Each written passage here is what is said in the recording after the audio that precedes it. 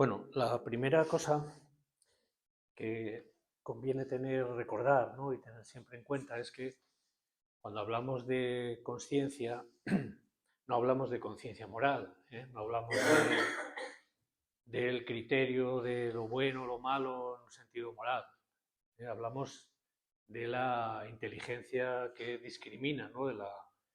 Del darse cuenta, ¿no? De la capacidad de darse cuenta, ¿no? De tomar conciencia de la visión, ¿no? De, de quién es uno, de dónde está, de qué es lo que está pensando, qué es lo que siente, es decir, esta facultad, ¿no? que tenemos para tomar nota, ¿no? o darnos cuenta de una serie de procesos y de cuestiones, ¿no? Entonces, eso es importante tenerlo en cuenta. Entonces, la práctica, una práctica que tiene que ver con el cultivo de la conciencia o con eh, digamos, con sostener, ¿no? de la manera menos interferida posible la conciencia en este sentido, que podríamos decir también en términos tradicionales que es una práctica espiritual, consiste justamente en mantener apartado o mantenerse diferenciado de aquello que la interfiere o que la perturba o que la enreda, vamos a decir así, que la condiciona, que la sesga, como es el pensamiento, ¿no?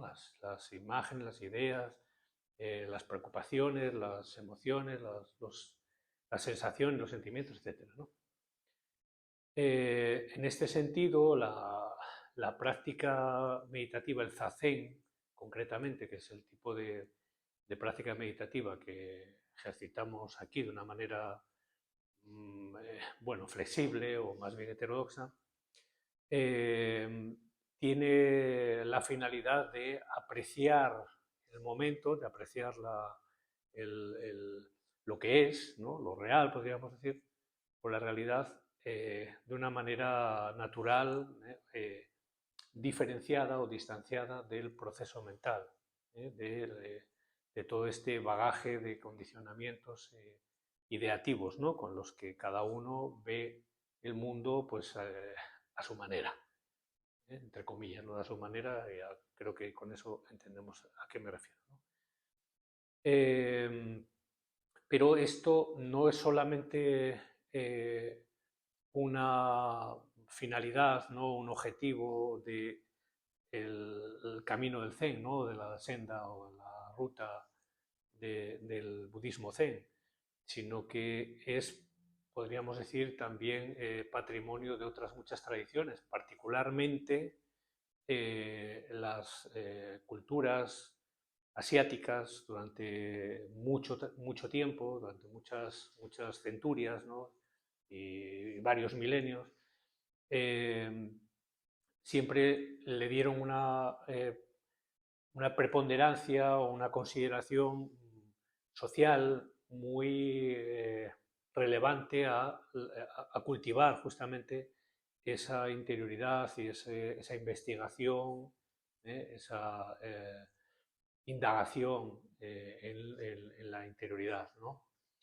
Y se puede decir que los mejores talentos y las más refinadas inteligencias, por decirlo literariamente, orientales se han dedicado mucho tiempo y mucho esfuerzo, seguramente, ¿no? Han tenido mucha dedicación a digamos, a este tipo de estudio, ¿no? o de investigación, ¿no? de la interioridad. Por eso también se puede decir mm, que Oriente desarrolló una auténtica ciencia de la mente que en muchos aspectos eh, ha ido mucho más allá y le da seguramente muchas vueltas al, eh, al estudio racional y científico, ¿no? del pensamiento, ¿no? y del alma humana, ¿no? de la mente. Bueno, el yoga en sus orígenes, sus inicios, ¿no? Estamos hablando de muchos siglos atrás, incluso de varios milenios atrás, inicia, ¿no? o tiene su origen en un individuo que os voy a leer el nombre para no para no inventármelo. Vamos a ver.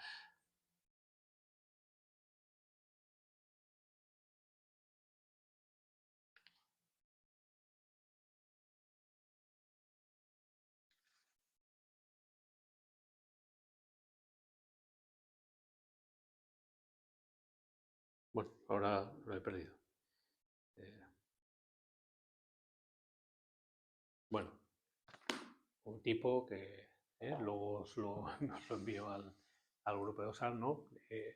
Hay un originador, ¿no?, de yoga como método, ahora explicaré como método de qué, que luego digamos, estas consideraciones, esta finalidad, ¿no?, esta metodología yógica, la hace viable, podemos decir así, ¿no?, la sistematiza Patanjali, ¿no?, que es, digamos, la figura mítica, en parte histórica, legendaria, a la que se atribuye los Yoga Sutras, que son los aforismos del yoga, que es un poco los fundamentos del yoga, ¿no?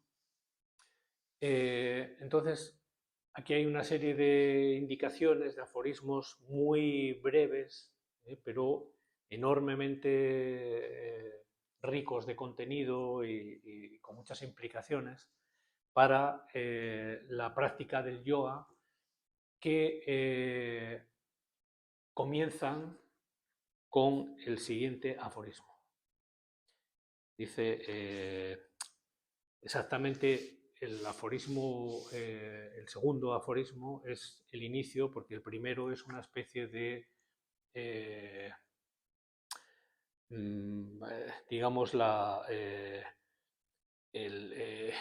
como una manera de formular un buen deseo, ¿no?, para indicar que se comienza, ¿no?, el texto o el tratado, y también, bueno, como una manera de darle, ¿no?, un buen augurio, ¿no?, de desearle un buen augurio, ¿no?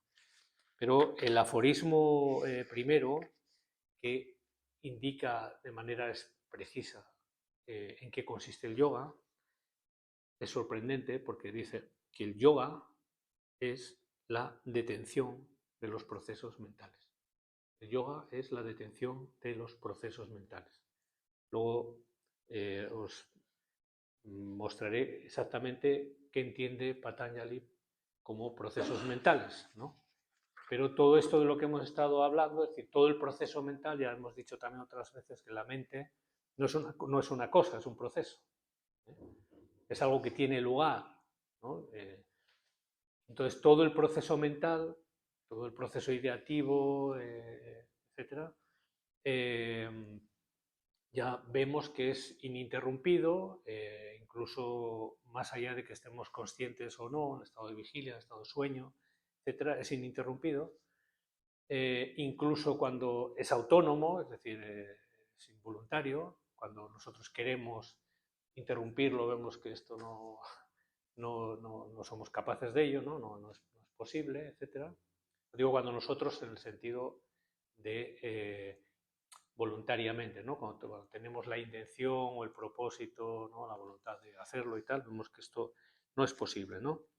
Entonces, yoga es la detención de los procesos mentales, es decir, lo que está señalando Patanjali a la hora de viabilizar el yoga, y que esto también es atribuible desde mi punto de vista a la práctica del zazen y a la finalidad del zen como disciplina que conduce a un satori, ¿no?, a un despertar, digamos, ¿no?, a una diferenciación, a una experiencia no dual, ¿no?, de diferenciación con respecto a al mundo opinativo, ¿no? A lo mental, etc., lo que busca esta detención de los procesos mentales es que la conciencia, digamos, se quede de una manera no interferida, no perturbada, no condicionada en su visión del momento, digamos, de la realidad, ¿no? del aquí y ahora, ¿no? Por así decirlo. En términos de Patanjali, dice, el siguiente aforismo dice, entonces, el yoga busca la detención de los procesos mentales. Siguiente aforismo, entonces, el testigo de la conciencia, ¿no? La conciencia originaria, ¿no? el purusha, el espíritu, si queremos decir así, ¿no? la inteligencia que discierne, que ve, ¿no? que se da cuenta, ¿no? de sí misma, etc.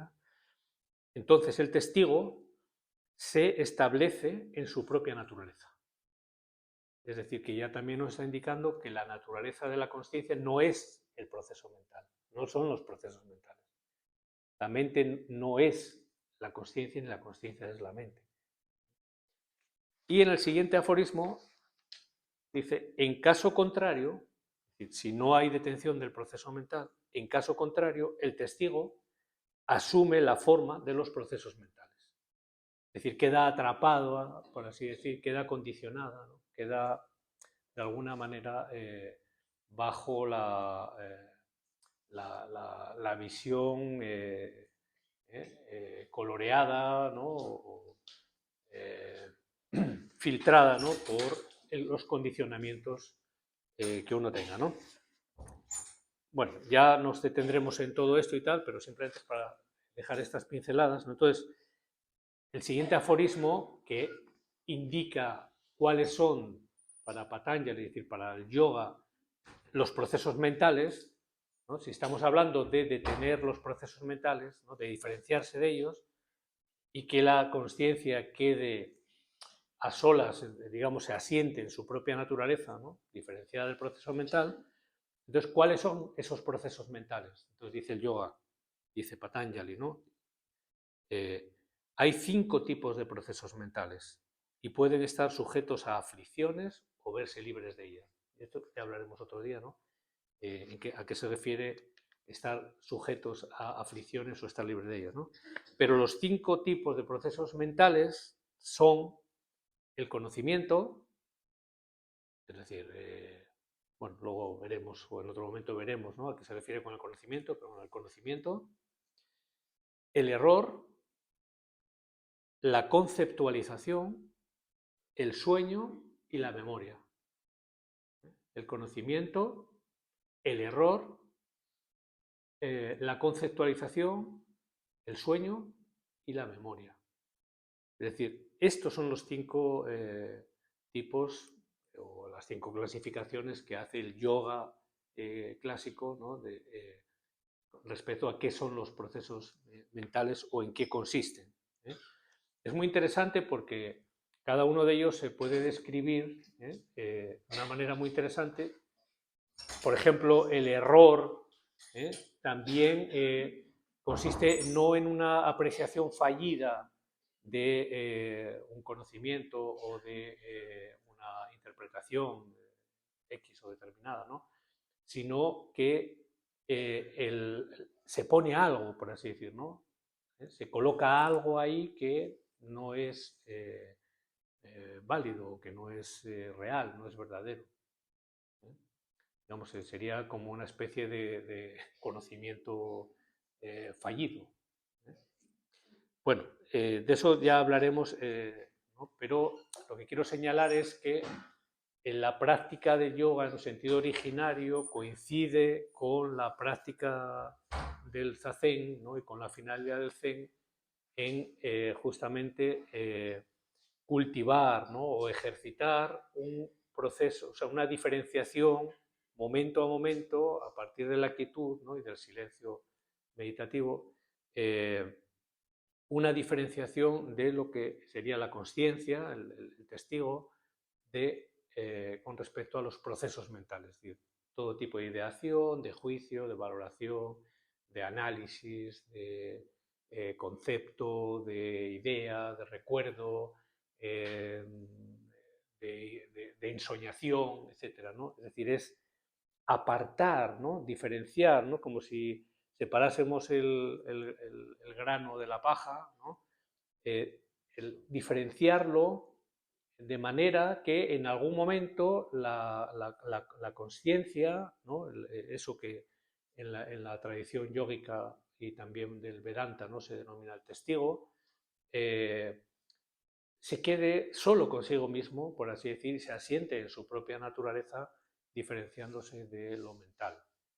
Vale, esto nos puede parecer una hazaña tremenda, en un sentido, digamos, algo a lo que pues seguramente muchas personas han dedicado su vida, su esfuerzo, han renunciado a muchas cosas, etcétera, y seguramente esto es así, ¿no? Pero también lo podemos considerar en un sentido mucho más inmediato y más práctico, por así decir, ¿eh? En el sentido de que cualquiera que sea la medida en que apliquemos ese criterio, de alguna forma nos podemos beneficiar, entre comillas, aunque quizás la palabra no sea la más adecuada, de ello, porque de alguna manera muchos de los procesos que nos afligen constantemente están basados justamente en los procesos mentales aflictivos, ¿no? Valga la redundancia, ¿eh? Pero no es imprescindible o se puede lograr mediante, digamos, una práctica, un esfuerzo, ¿no? Una claridad, un discernimiento, se puede lograr que la conciencia, digamos, ¿no? Esa inteligencia capaz de darse cuenta de, se pueda distanciar o diferenciar o de alguna manera ponerse a buen recaudo, sea cual sea la circunstancia o el asunto que nos esté, en el que estemos embarcados, ¿no? O que estemos viviendo, ¿no? Entonces, en ese sentido, la práctica meditativa lo que busca es sostener la concentración en ejercitar esa condición, que es mantener a la conciencia con capacidad para soltarse, para no agarrarse, para no verse arrastrada constantemente por los procesos mentales. Ese es el objetivo del yoga, es el objetivo del zen y es el objetivo también de otras tradiciones, digamos, quizás explicadas de otra manera, ¿no? Pero eso es lo de menos porque la explicación, la interpretación, la conceptualización, que es lo que estamos haciendo ahora al explicar esto, es proceso mental. Es decir, es lo que no nos interesa, ¿no? O sea, nos interesa en un sentido relativo, ¿no? Pero a la hora de la verdad, nunca mejor dicho, de lo que se trata justamente es de diferenciarse de ello y de todo lo que navegue en ese tipo de mar. Hasta ahí. Ya volveremos ahí porque hay detalles que son muy interesantes desde mi punto de vista y que bueno, nos aportan seguramente, como se suele decir ahora, herramientas, ¿no? Para tratar con uno mismo, ¿no? Con la propia mente, que es, ya sabemos, lo más complicado, lo más difícil y lo más penoso que tenemos encima. Bueno.